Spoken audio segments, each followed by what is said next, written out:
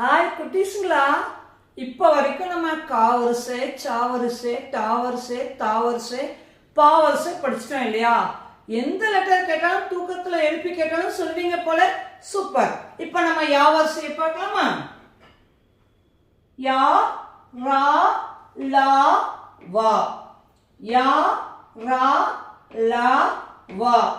யா, யமுனா, யஹா, यात्रा, यस यवन. रा, रखना, रवि, रस, रंग, रक्षा. ला, लड़का, लहर, लाल, लंबा, लड्डू. वा, वकील, वचन, वन, वर्षा, वर. சரிங்களா? நல்லா ஞாபகம் வச்சுக்கோங்க. அந்த வடிவத்தோட படிங்க. நம்ம எதுனாலுமே எந்த எழுத்து கேட்டாலும் உடனே சொல்ற மாதிரி படிச்சுக்குங்க.